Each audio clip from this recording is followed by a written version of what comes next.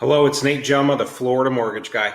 Yesterday was day one of the 2020 NFL draft, and it was a night full of surprises, with players ending up on teams no one could have projected, and some overall surprising decisions made by the league's 32 teams. Well, not all that surprising. The biggest flex of the night was Jerry Jones's draft room on his $250 million super yacht, while Bill Belichick looked like he was drafting from those large checkerboards that they have at Cracker Barrel from his living room.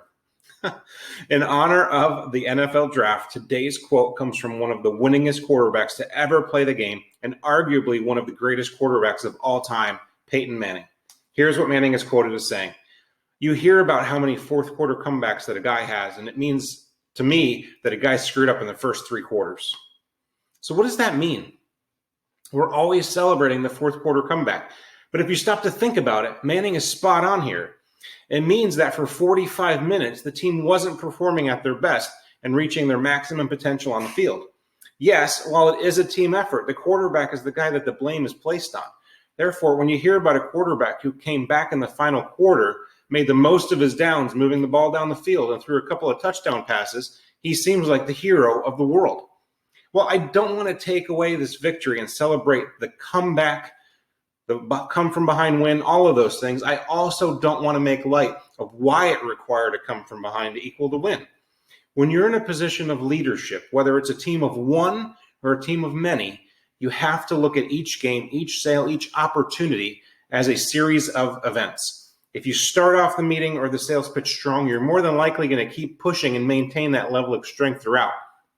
However, if you start off the presentation and you're missing the mark a bit, or your audience is not as engaging as you had expected or anticipated, you have to be nimble enough to pivot on the fly.